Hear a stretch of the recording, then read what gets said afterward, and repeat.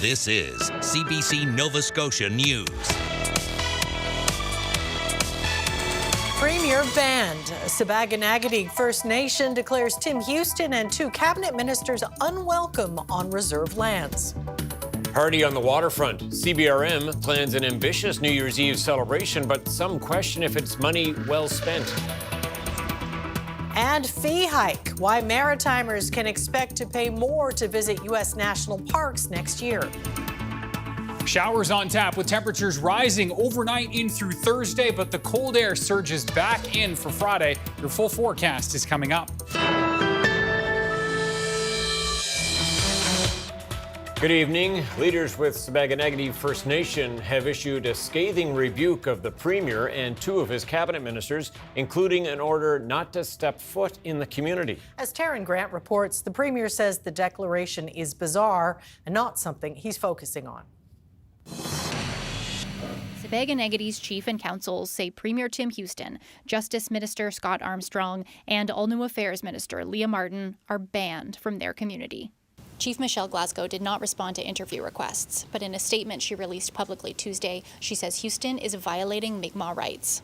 She doesn't elaborate, but the statement comes just days after the Justice Minister directed police to crack down on illegal cannabis sales. Glasgow and other chiefs say it oversteps into their jurisdiction and have called it a targeted attack. Glasgow says the Premier never has come to her community, but if that changes now, he could face a $50,000 fine. It's still Canada. To have somebody banned from our community with an or else statement is kind of bizarre for me in Canada, but I'm not focused on that. I'm focused on keeping Nova Scotians safe and doing what's right for Nova Scotians. Glasgow's statement says Armstrong, as Justice Minister, is not following the highest law of Canada, the Constitution. She says Martin is disrespectful and does not speak on behalf of the Mi'kmaq. As Minister of All New Affairs, Martin is meant to handle negotiations and consultation between the province and the Mi'kmaq. Glasgow has previously called for Martin to step down, but Houston is sticking by his cabinet minister. That's an incredible person, incredible minister. As a government, we always put people first, public safety first, and uphold the law. Houston says he hopes some Mi'kmaq leaders will help his government in its bid to shut down unregulated cannabis operations. So far, he doesn't seem to have any takers. Taryn Grant, CBC News, Halifax. A child is dead after an ATV rollover yesterday afternoon in Digby County. Just before 3:30, first responders were called to a report of an ATV rollover on a property in Mount Pleasant. A child passenger was critically injured. They were taken to hospital where they were pronounced dead. The driver was not injured, and investigation into the crash is ongoing. Police have not yet released the age or gender of the child. A lobster dealer from southwest Nova Scotia has pleaded not guilty to charges of intimidation related to the fishery. A lawyer for 66-year-old Eric David Thibault entered the pleas today in provincial court in Annapolis Royal. The charges, dating between December 2023 and November 2024, relate to 4 alleged victims. Thibault has not yet entered pleas on new charges laid last month as part of an RCMP undercover investigation. He is accused of cocaine trafficking, dangerous driving, and intimidating an undercover officer. All the cases return to court next month. An investigator has found the mayor of Halifax did not breach the municipal code of conduct for his comments about the CAO's office earlier this year. This summer, Mayor Andy Fillmore spoke out multiple times about the need to change the municipal structure. Fillmore said the chief administrative officer holds the power, at one point saying he reported to the CAO. The CAO actually reports to councillors and the mayor. Resident Peter Linfield complained about the comments. He said an independent investigator recently told him those comments did not break the code. Linfield says beyond the code issue, Fillmore should have known better. I think just being more cognizant of, when you're speaking about things that, I don't know, I guess generously you could say bend the truth or reality, maybe take a step back and don't do that because it's not helpful for, residents here or our trust in our municipal government. A spokesperson for Fillmore's office told CBC they could not speak to this topic. The province and Halifax Regional Municipality are looking for solutions to ease, quote, unprecedented congestion on the Halifax Peninsula. Both government bodies have issued a request for proposals to examine core streets and access points. A review was recommended in the province's regional transportation plan. The review will examine areas to improve and balance how cars, transit vehicles, and heavy trucks can move as safely and efficiently as possible. Firms have until January 22nd to submit proposals. West Hants Council has voted to give $20,000 to a warming centre so that it can open faster. Caremongers is operated out of the Sipekne'katik Centre. Earlier this month, the volunteer group said it couldn't meet current requirements for provincial funding.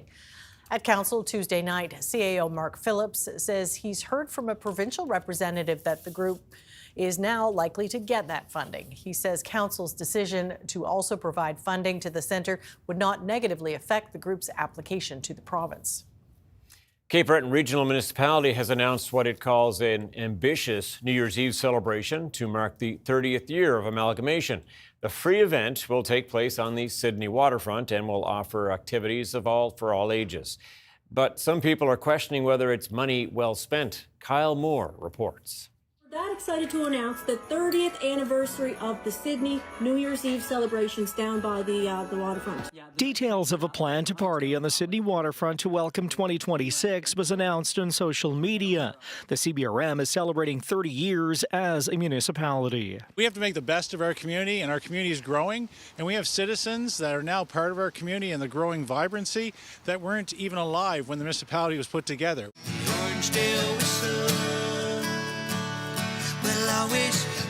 Entertainment includes Jimmy Rankin, Matt Minglewood, and others. A Ferris wheel, carousel, and fireworks are also part of the plans, similar to an event that was held in 2015 to mark the municipality's 20th anniversary. $250,000 has been budgeted for the celebrations. I don't want to sound like a party pooper. This CBU political science professor says it is reasonable for cities the size of CBRM to have some budget allocation for festivals and events, but Tom Urbaniak is concerned about the amount and how quickly the decision was made. To wrap it under a 30th anniversary celebration implies that the CBRM has managed fantastic achievements and that it has developed a civic pride despite being saddled with a lot of baggage is a little bit problematic. While the past few decades have included years of population decline and loss of industries, the mayor of the CBRM feels like the municipality has been turning a corner. We can't look back at what people lamented of what wasn't. It's what we are and who we are and what we have become as a community that is growing with great diversity and vibrancy and something to be proud of. And we must take time to celebrate that with milestones such as the 30th anniversary. So celebrate they will, with 6 hours of entertainment starting at 6 p.m. on New Year's Eve. Kyle Moore, CBC News, Sydney.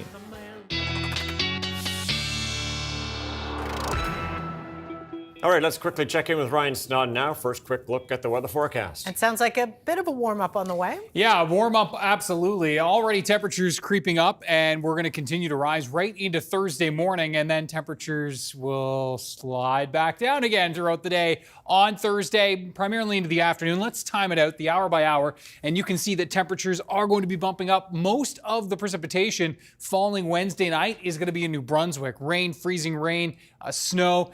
We will see some bands of rain tracking in late overnight into Thursday morning, and we're waking up to basically wet, breezy, foggy, and mild. 7, 8, 9 degrees on tap for Thursday morning. The bulk of that wet weather in the morning in the east, and then we're going to be seeing a few breaks of sun into the afternoon. But note the temperatures for Thursday afternoon are going to tick down. We're going to be in the 3, 4, 5 range by the time we get to home time on Thursday around 5 p.m. with just a chance for a spotty shower. What will occur then for Thursday evening into the overnight as the colder air comes in to the region? We're looking at onshore flurries and yes, snow squalls to develop around this low as it moves off to the north. And those snow squalls will be most prevalent for northern areas of the province on Friday, but we all could see a taste. So Friday's going to be blustery and chilly. We'll talk about that and walk you right through the weekend coming up. We'll want to know more about it. Okay, thanks, Ryan. Thanks, Ryan. The Bank of Canada has announced it's holding its benchmark interest rate at 2.25%, a move widely anticipated by many economists. So far, the economy is proving resilient overall. Nevertheless, uncertainty remains high. This includes the unpredictability of U.S. trade policy, and in particular, the upcoming review of the Canada-U.S.-Mexico agreement is creating uncertainty for many businesses. There's also uncertainty about how the Canadian economy will adjust to higher U.S. tariffs. The volatility we're seeing in trade and quarterly GDP make it more difficult to assess the underlying momentum in the economy. The Bank of Canada lowered its key interest rate by 1 percentage point this year, following a series of cuts last year that brought the rate down from 5% in the early part of 2024. Maritimers looking to visit U.S. national parks can expect to pay higher fees next year. Canadians are among those who will pay an increased fee, including at Acadia National Park in Maine. And according to one Dalhousie professor, that price increase will keep more Canadians away. The CBC's Sam Farley explains. Canadian visitors to American national parks can expect to pay a lot more next year, especially for Acadia National Park, just right over the border in Maine. Starting January 1st, prices to get into U.S. national parks are going up, but only for foreigners. An annual pass that used to be $80 will now be $250 for non-residents, which includes Canadians. A professor at Dalhousie University who studies tourism strategies says if Acadia National Park is the reason for a trip to the States, this fee increase is only the latest problem for Americans struggling to get Canadian tourists back. So if that is the intended objective of the visit, it's largely going to be it's probably going to be a non-starter, except those people that are extremely dedicated to make that visit. It's going to deter a lot of people, I would say. The U.S. National Park Service says the fees are meant to put American families first, but the local Chamber of Commerce in Bar Harbor, Maine is speaking out against the fee increase for nearby Acadia National Park. There's a sense that tourism is a strong industry, and it is in Bar Harbor. But I think it's been built up of years and years of trying to create a strong visitor experience here. And I think when we have things like this that come out, it degrades from that, and it turns people away from visiting a part of the country that's a beautiful part and something that generations have worked hard to make it a great experience to come here. By contrast, Canadian national parks are slated to be free again next year. Sheehan says this is a brilliant strategy, especially as tourism visits to the U.S. dropped while tourism visits to Canada grew. The Americans get doubly hit hard by that, and we actually as Canadians, we're benefiting from that. So I think that the situation is a good one for Canada's tourism industry at the present time, and really a bad one for the American tourism industry at the present time. Government officials gathered at Province House this morning for the annual tradition of gifting Christmas trees to charities. 3 trees are donated by Nova Scotia producers and given to 3 charities chosen by the Premier, Agriculture Minister, and Lieutenant Governor. The recipients this year are the Bryony House, a women's shelter in Dartmouth, the Guysborough Options for Adaptive Living Society, and Summer Street Industries in New Glasgow, which works with people with intellectual disabilities. Each of these organizations contributes unique supports to their communities all year round. We're so proud of the work you do. Today, they will each be gifted a beautiful Nova Scotia balsam fir with our thanks for the good work you do for the people throughout the province. This year's trees were donated by the Lunenburg County Christmas Tree Producers Association, the Northeastern Christmas Tree Association, and Cobequid Christmas Tree Producers Association. Okay, it is not a list you want to be on. But unfortunately, 2 portions of Halifax Regional Municipality once again scurried to the top on the Orkin Canada's annual list of Eastern Canada's rattiest cities. Halifax earned 2nd spot on the list, and Dartmouth was ranked 4th, but both fared better than Moncton, which placed 1st and is Eastern Canada's rattiest city, according to the report. The Pest Control Company released its 2025 rankings this week based on the number of commercial and residential rodent treatments carried out between August 2024 and July 2025.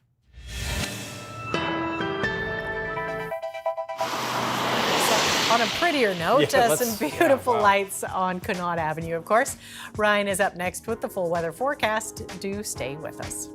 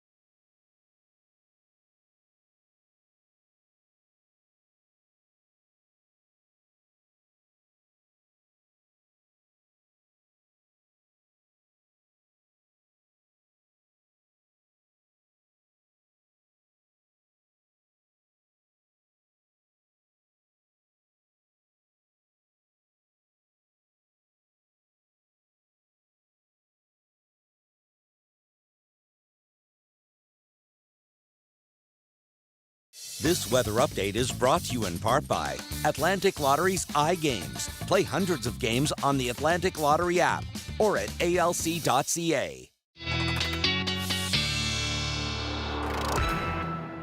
Well, we've been making a little transition temperature-wise, things warming up a little bit. Yes, I'm okay with that. Didn't have to zip your jacket up quite so tightly, but not for long, right? Not for long. Back to zipping up the jacket tightly Friday, and that is thanks to not only the temperatures, but the wind is really going to kick up on Friday on the backside of this system moving in for us right now, which is primarily bringing wet weather for us, but some significant snow to northern New Brunswick. So we're just missing out on this. Have a look at our temperatures out there right now.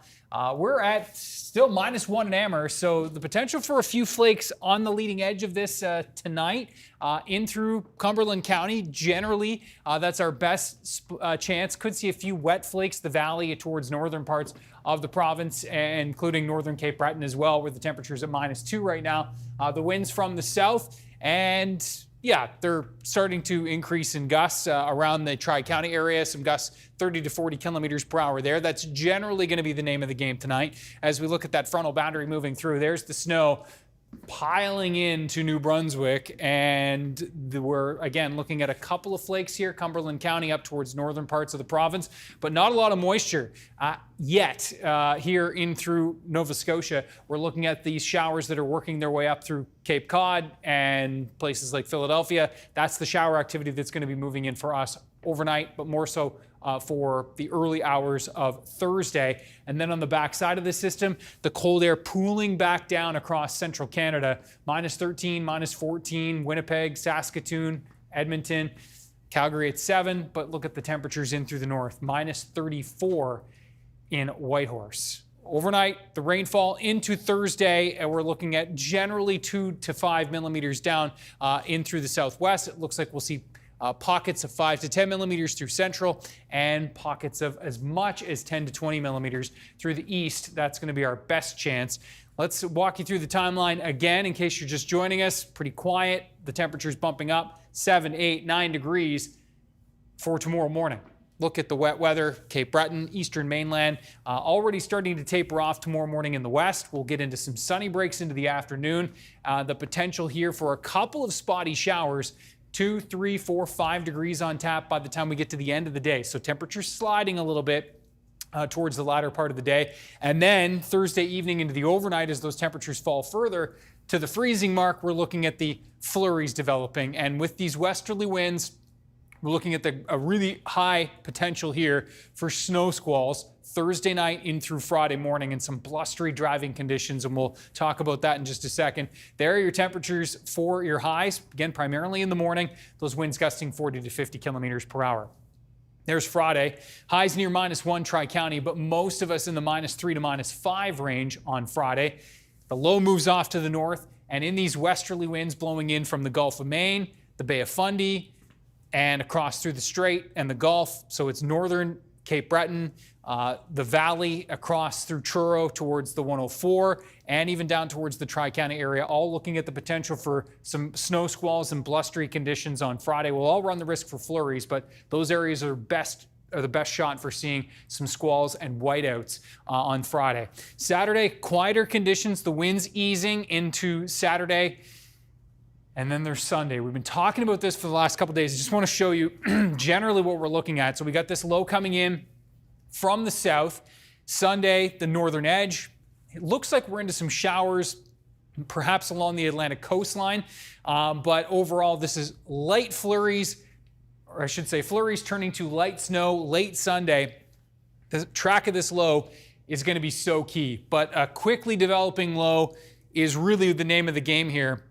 Sunday night into Monday, how quickly it develops is going to be really where our snow potential lies. If it's slower to develop, we won't really get into much here. If it develops like this, like the Euro is showing, we'll get into more significant snowfall, especially in the east into Cape Breton. So lots to iron out with that. Certainly watching it late Sunday in through Monday, of course, and we will keep you posted as the temperatures fall into next week. Tom and Amy. We'll be watching, Ryan. We will. Thanks you, so Ryan. much. Thank you.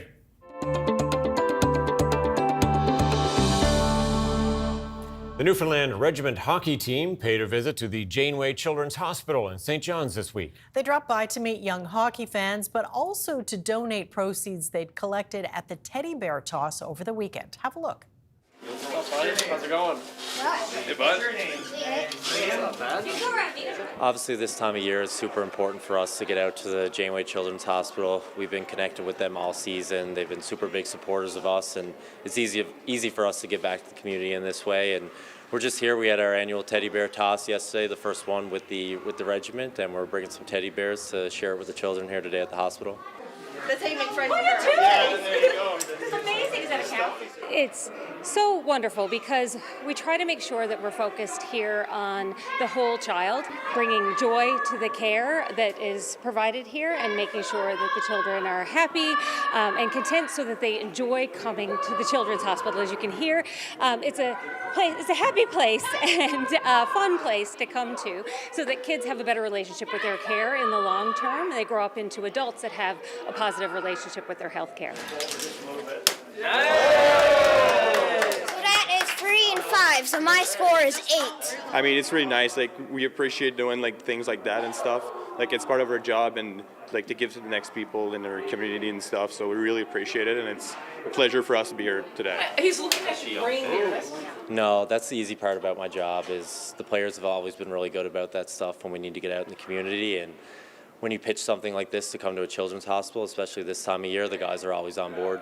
I mean, it's really nice. Like, we're here for hockey for sure, but like I said, like, we're here for the community and make sure like people are proud of us, and so we really, really appreciate being here, and like it's lovely. Like, we really love it. They love to see community members and to see those hockey players that they idolize on the ice come in and be part of it. They really appreciate, and the families really appreciate, the community involvement in what they do, and when people give back to the care, it's really meaningful to them because they're going through some of the hardest days of their lives. We've seen that here this morning. And when the community gives back in lots of different ways and supports their care, it's really meaningful.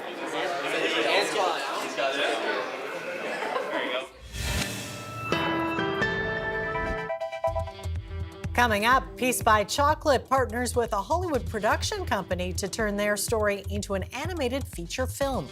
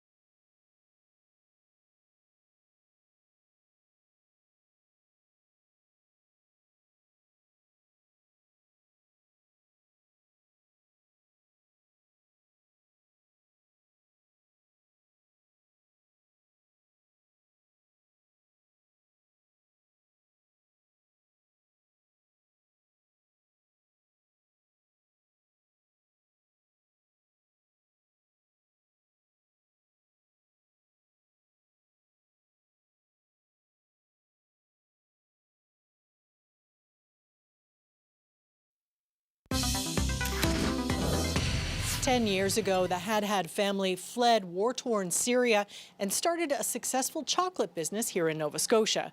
Now, the family's story is being turned into an animated film. And for more on this, I'm joined by Tarek Had of Peace by Chocolate. First of all, congratulations. Thank you very much. Quite an exciting day.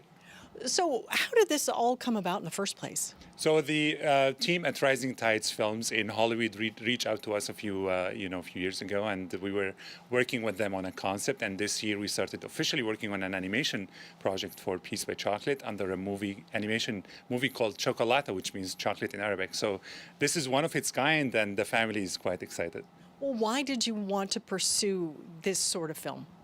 Well, animation is a very different medium, and it opens a lot of imagination and creativity. And our family is always about storytelling in a time when there is so much anxiety and hatred in the world. We wanted to spread peace. We wanted to celebrate good values that bring humanity together. And there's a lot of, there's a lot of negativity everywhere you go. And whenever you open your social media, whenever you see the news, and you are in this industry, you know how much heaviness is out there in the world, especially this year. So we're all quite excited about bringing some lightness, some peace, some compassion, empathy, and celebrate small acts of kindness, and how this amazing community and amazing country, Canada, welcomed my family with so much open arms, and also gave us our chance to rebuild our lives here. So it is a story that really needs to be heard by every generation, and that's why we're quite excited about the animation, which is quite different than all the previous projects we worked on. As you know, there is a Peace by Chocolate movie, major motion picture. There's our book. There is other projects as well that we focus on storytelling. But this one is quite different as well, to the scale as well that, we reached Hollywood. So many incredible talent that's going to work on this project. So how many members of your family are going to be in this, and how much say do you have about what it's going to look like? The beautiful thing about this project is the family has a lot of control over the cultural authenticity and how we are portrayed. Not a lot of people experience themselves in cartoon or animated characters. So we are spending a lot of time to ensure that this is really being portrayed in an authentic way, but also being celebrated by diverse team. Rising Tide Films is an amazing organization that celebrates, diversity and inclusion, but also with the director Sadia Ash, who is the first Muslim woman to direct an animation project of this scale. This is something that we are quite excited about, and also for my family to see themselves represented in a way that tells our roots in Syria, but also our future right here in Canada. So are we going to hear your actual voice and your family members, or are you going to be actors playing you? I don't think anyone want to hear my voice, just to be honest, but we're going to have probably actors. They are working on some really big names to bring into this project. Any hints? Not yet. We're going to announce soon, hopefully in 2026. But this team worked with Sony, with Disney, with DreamWorks on movies like Shrek 2, like Madagascar, like The Prince of Egypt. We're talking about animation movies that they have done before with tens of millions of dollars in Hollywood. But what matters the most to me is actually celebrating a Canadian story, a Nova Scotian story, a story about immigration, a story about newcomers, a story about possibility.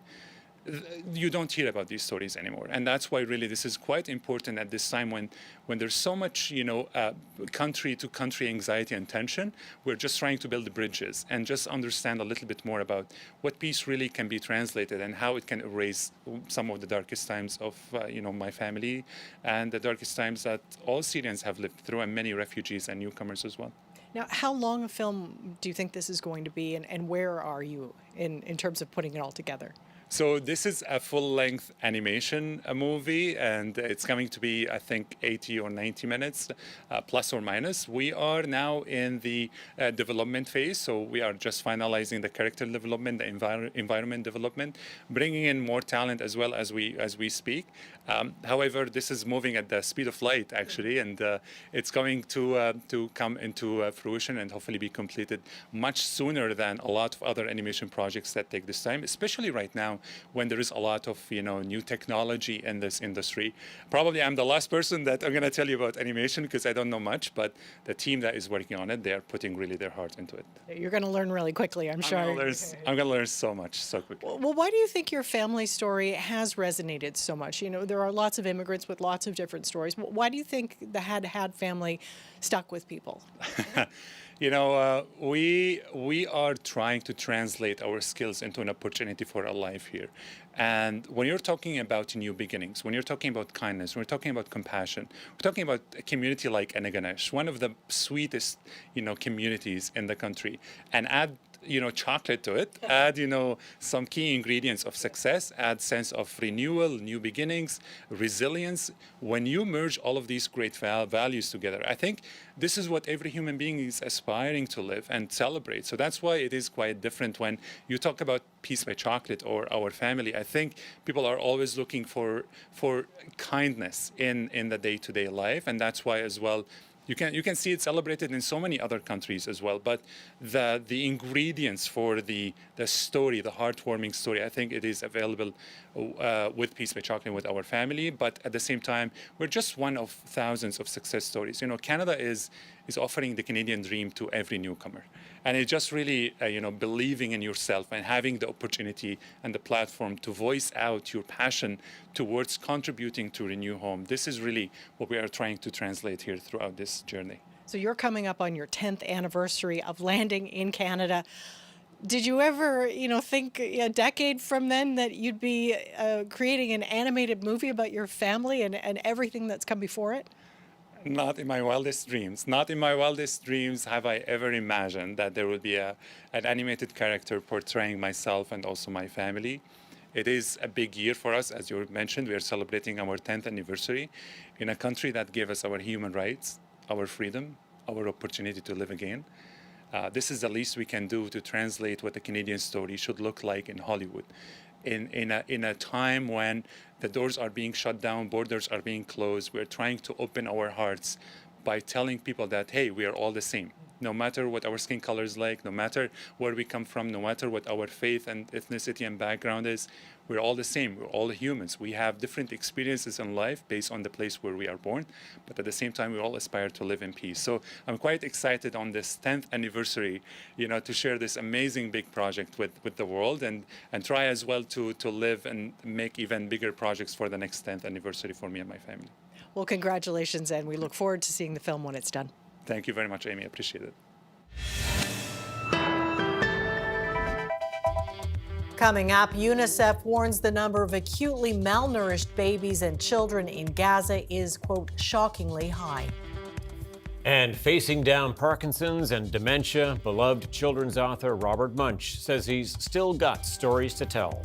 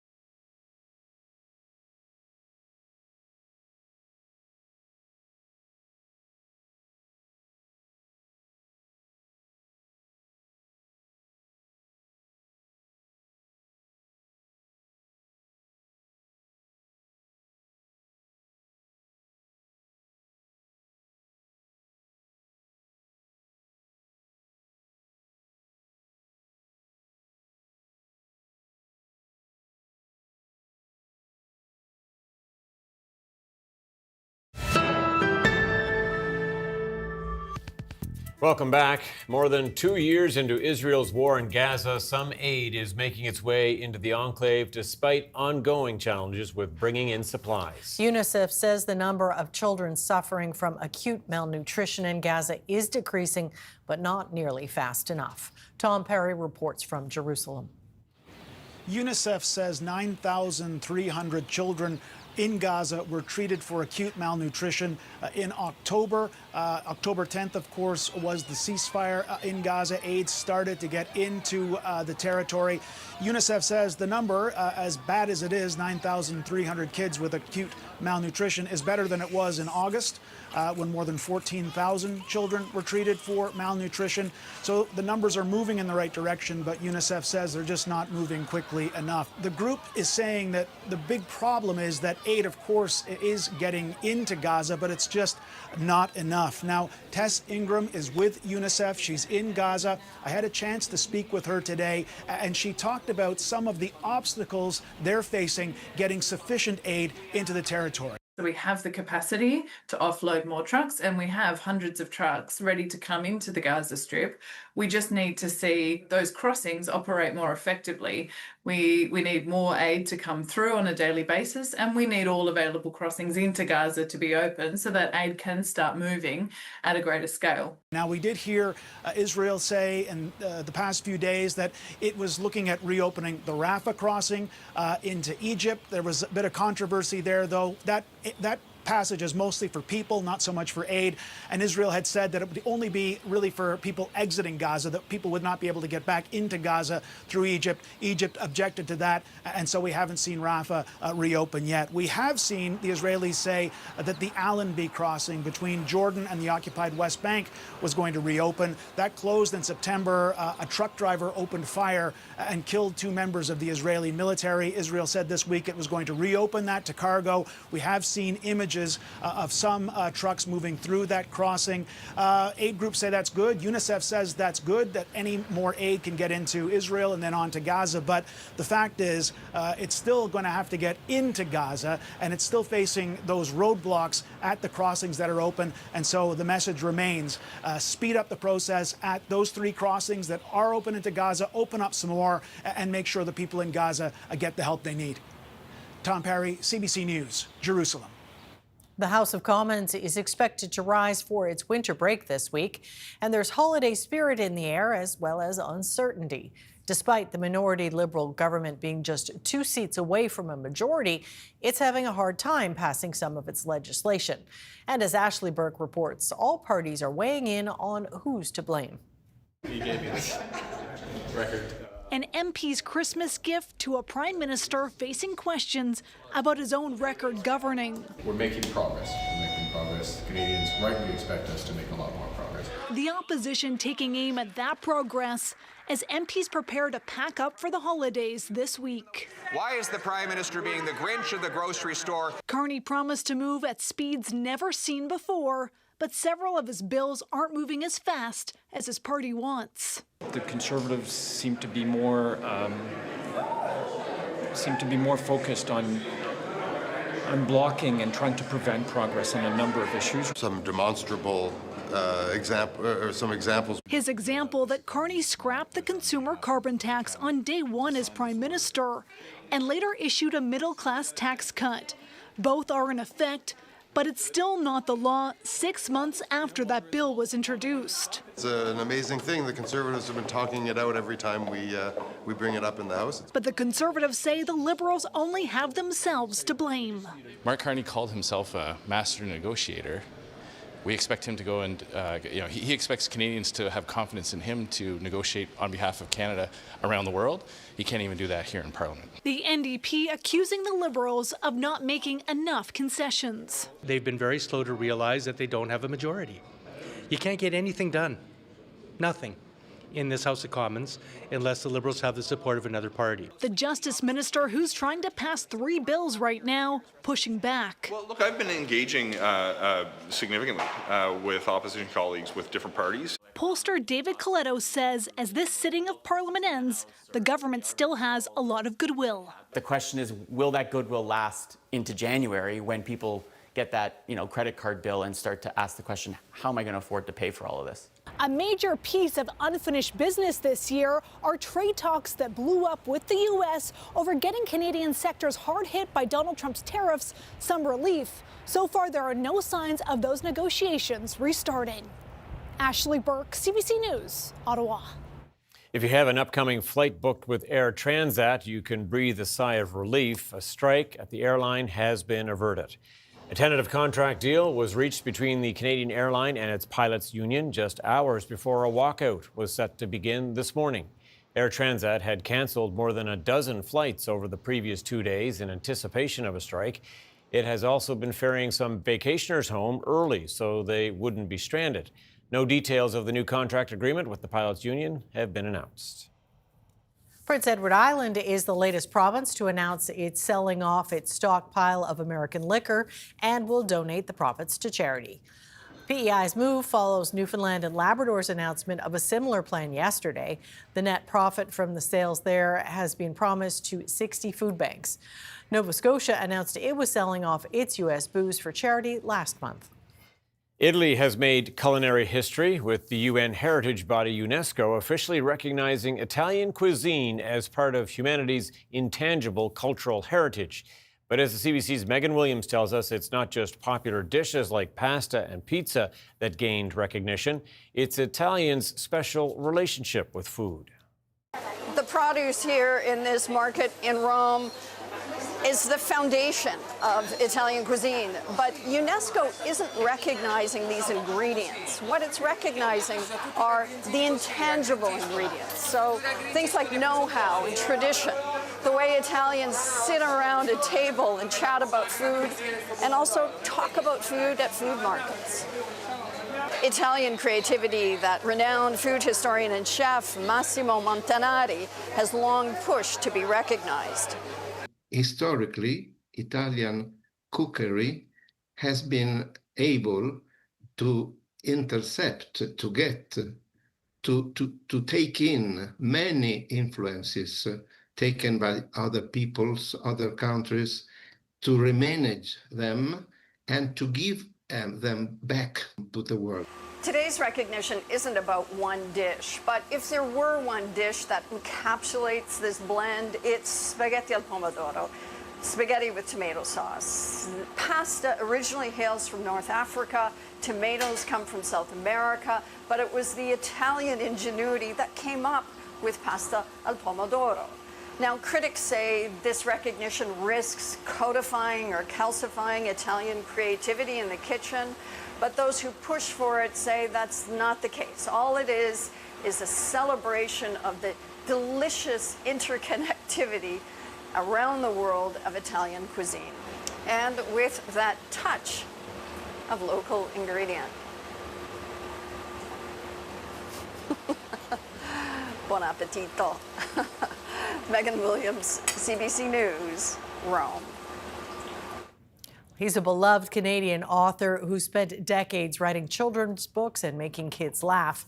But Robert Munch is now 80 years old, living with Parkinson's and dementia, and has recently been approved for medical assistance in dying. In a new exclusive interview with CBC Chief Correspondent Adrian Arsenault, Munch spoke about that decision and a plan for new stories to come out after his death. Here's part of that conversation. You are a bum. This is how Robert Munch says he likes to think of himself, especially these days when life looks so different. I dream I'm on stage, a big audience. Is that a good place for you to be? Yes. When things are bad, that's the place I retreat to. To be fair, things have been bad for a bit. The best-selling Canadian children's author has dementia and Parkinson's disease and has been approved for medical assistance in dying. When the time comes, he says. And he says that's not now, hopefully not soon. Besides, he has a plan for his fans that he's sharing for the very first time. There are more books on the way. There's about 50 stories. Not all of them are going to make it. Yeah. But when I'm dead, they'll still be putting out Robert Munch books. His publisher confirms if all goes to plan, one book a year will be released after his death. That could mean decades more Munch. Much of his archives, awards, pictures from kids, all of the dozens of books like Love You Forever and Mortimer are heading to the Guelph Public Library near his home. This man who's thoroughly enchanted kids with stories of monsters and children asserting control over their own lives knows he's confronting an untamable monster. People say, "How are you doing?" I say, "Fine." I'm not fine. You're not fine. What does not fine really mean for you? Well, I fall down. I forget words. I can't open anything. There's all these little things that you take for granted. In your brain, what does it feel like? Okay, in my brain, the stories are all stacked. They're locked. Everything else is up for grabs. I can't trust the rest of my thinking. But the stories are your friends. The stories are my friends. I feel that I've got a strong hold on them. And when I try to tell them, it's like I've always told them. We'll lose that eventually, but they're okay now. He is too. Has the love of his wife and children, lots of laughter. And if you happen to be worried about him, here's what he wants you to know. Don't worry, I'll be okay. No matter what, right? Yeah. Adrienne Arsenault, CBC News, Guelph, Ontario. And you can stream Adrian's interview with Robert Munch right now on the National's YouTube page or wherever you can stream CBC News. You can also watch it tonight on the National on CBC Television at 10 p.m., 10:30 in Newfoundland. Strength in the technology and financial sectors helped Canada's main stock index finish more than 200 points higher today, while U.S. markets also gained ground. Here's a look at where things closed as we head to commercial break.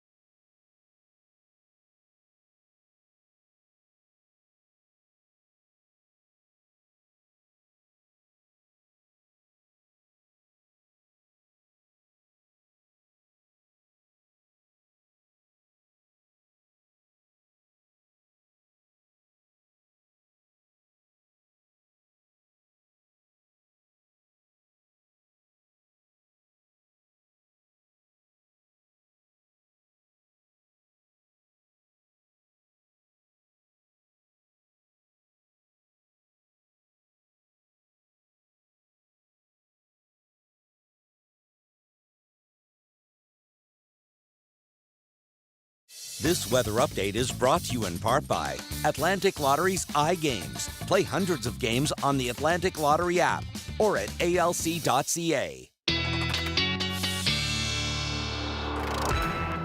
Yeah, I had to clean the snow off the car this morning, and later in the day it was the rain cleaning the salt off the car, so Right, we had a so little bit of everything. It's efficient. Yeah, it anyway, is. right? Yeah, sure, getting it done. Yeah, for sure. And if you didn't shovel the driveway, well, Mother Nature certainly taking care of that in most cases overnight into tomorrow, as those temperatures are going to rise really minus the Cape Breton Highlands, maybe the Cobequid Mountains. I'm not sure there'll be a whole lot of snow left after this shot is done. Let's have a look at our viewer picture of the day. A beautiful one from Rosemarie in Pomquet, Antigonish County. Terrific shot. Thank you so much to Rosemarie for sharing this. Ryan's picks at cbc.ca. So as we look at the forecast for tomorrow in Pomquet and all the way back to the west, the temperatures are going to be anywhere from 6 to 9 degrees with those showers in the morning. Southwest winds, 20 gusting 40 to 50 into the afternoon. Could see some gusts even a little bit stronger along coastal areas of Cape Breton in the morning. And then we are looking at Friday. Temperatures dropping back, and we're -3 to -5 on Friday. Flurries, blustery conditions. The winds on Friday are looking set to gust between 50, 60, even 70 kilometers per hour. So those winds are going to be pretty biting when you factor in those temperatures and those onshore flurries and snow squalls. This is how it plays out. That low moves out or into the warm sector for tomorrow, but not for long as the cold air wraps around this system and really working its way in for Friday. There are those onshore flurries and snow squalls for Friday, primarily across the valley into the northern parts of the province, but could see some squalls setting up down towards the Tri-County area and the South Shore, and a chance for flurries pretty much anywhere on Friday. Saturday, quieter conditions, which will be nice. We'll take a little bit of sun on Saturday, and then, of course, watching that potential system on Sunday. Potentially some mixing with some showers initially, but then it looks like snow taking over Sunday night into Monday. And that one, a lot of focus will be on that in the coming days. Keep the shovels ready just in case, right? Okay. Thanks so much, Ryan. Well, it's beginning to look a lot like Christmas in Poland. People recently gathered for the traditional holiday crib competition in Krakow, marveling at a parade of handmade nativity scenes. This event is a tradition in which contestants make models of the city's historic buildings as the backdrop for the nativity scene. They're good at it, too. The models run the gamut from basic pieces made by children to works of art created by model makers. The best models are put on display at a city museum. This year marks the 83rd anniversary of the official competition. The tradition dates back to the 19th century when carpenters and bricklayers built nativity scenes to earn extra money during the quiet winter months. That's impressive. Very impressive. All right, that's it for us tonight. Thanks for watching. We'll see you next time. Good night. Good night.